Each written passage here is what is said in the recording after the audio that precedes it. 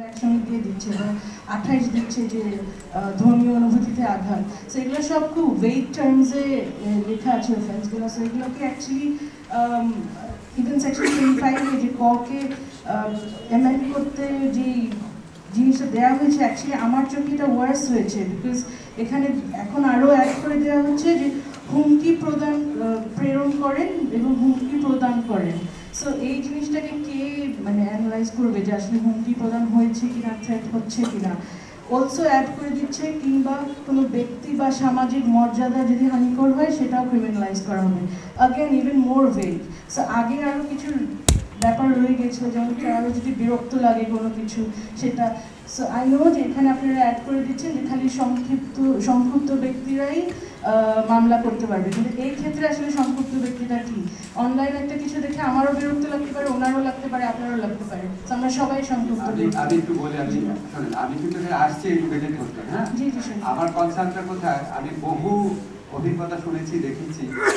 সেটা হচ্ছে মেয়েদেরকে ছবি, হয়তো তার বন্ধু ছিল বা হয়তো এক্স হাজবেন্ড, সে মানে খুব অন্তরঙ্গ কোনো ছবি পাবলিশ করে দেখার ভয় দেখায়, কনভারসেশন পাবলিশ করে দেওয়ার ভয় দেখায়, ফেসবুকে দেওয়ার ভয় দেখায়। আমার মাথায় ওই চিন্তা আর কিচ্ছু না ব্যক্তির। এখন ধরেন এরকম সিচুয়েশন তো বাংলাদেশে হচ্ছে, অনেক হচ্ছে, এটা ভবিষ্যতে আরো হবে। আমরা যদি এটা কোনো পেনাল প্রভিশন না রাখি, ফেসবুকে আপনার মেসেঞ্জারে যে কনভারসেশন হয়েছে সেটাও তো পাবলিশ করে দেয়, পাবলিশ করে দেওয়ার হুমকি দেখায়। সেটাকে কাভার করার জন্য এখানে নিয়েছি। আপনি ফেসবুকে একটা জিনিস দেখে বিরক্ত হলেন, আগের আইনে যেরকম আছে সেটা না, হয়তো ল্যাঙ্গুয়েজ আমাকে চেঞ্জ করতে হবে, বাট পারপাসটা আমি এক্সপ্লেইন করলাম। এটা তো রাখা দরকার নাকি? এই পটেনশিয়াল ভিকটিমদেরকে তো বাঁচানো দরকার নাকি? শিওর, সেটার জন্য অ্যাকচুয়ালি একটা আলাদা আইন হতে পারে। এই আইনটাকে অ্যামেন্ড করে যেভাবে করে এখন প্রস্তাব করা হয়েছে এটা একেবারেই না, স্পেশালি এটা আগেও কাজ করেনি একদমই। ইনফ্যাক্ট এটা তো আগেও ছিল। সো মানে খুব একটা না, একদমই মানে উমেন বা চিলড্রেনকে সেভ করার জন্য কাজ করেনি। সো এটা প্রবাবলি যেতে পারে। And on top of that যেটা ধর্মীয় অনুভূতিতে আঘাত, অ্যাগেন ওইটাও খুবই ব্রড। এখন কার ধর্মীয় অনুভূতিতে কি দেখে আঘাত হচ্ছে সেটা আমরা জানি না। আমরা কেসেস দেখেছি যে একটা ছবি পোস্ট করার জন্য একটা ইভেন সে নারীও ছিল, শিশুও ছিল, সে একটা দুইটাই, মানে সে 17 বছরের একটা মেয়ে ছিল। আর সেরকম আরও কিছু এরকম হয়েছে যে ধর্মীয় অনুভূতিতে আঘাতের জন্য তাদেরকে মামলা করে অনেক দিন আটক রাখা হয়েছে।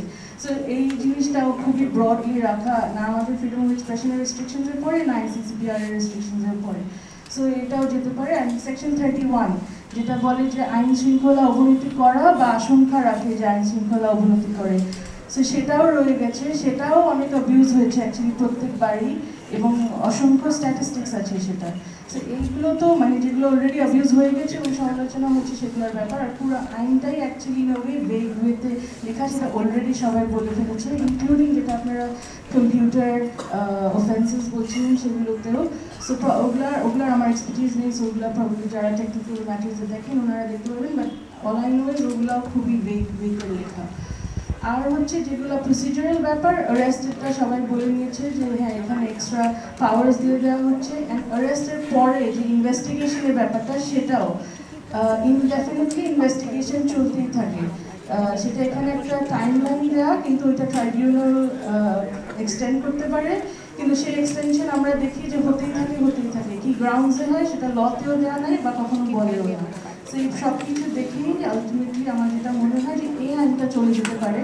নতুন করে হয়তো বা আরও যাদের একটা সেক্টরে যাদের এক্সপার্টিস আছে, যেগুলো আমি বলছি উমেন অ্যান্ড চিলড্রেনকে নিয়ে, ওইটার জন্য কী ধরনের আইন লাগে বা ইন্টারন্যাশনাল কী করছে সেটা দেখে আলাদা একটা আইন হবে।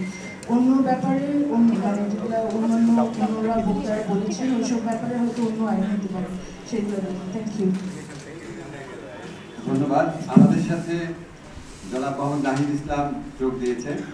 আপনারা ছাত্র জনতার গণ আন্দোলনকারী বিপ্লব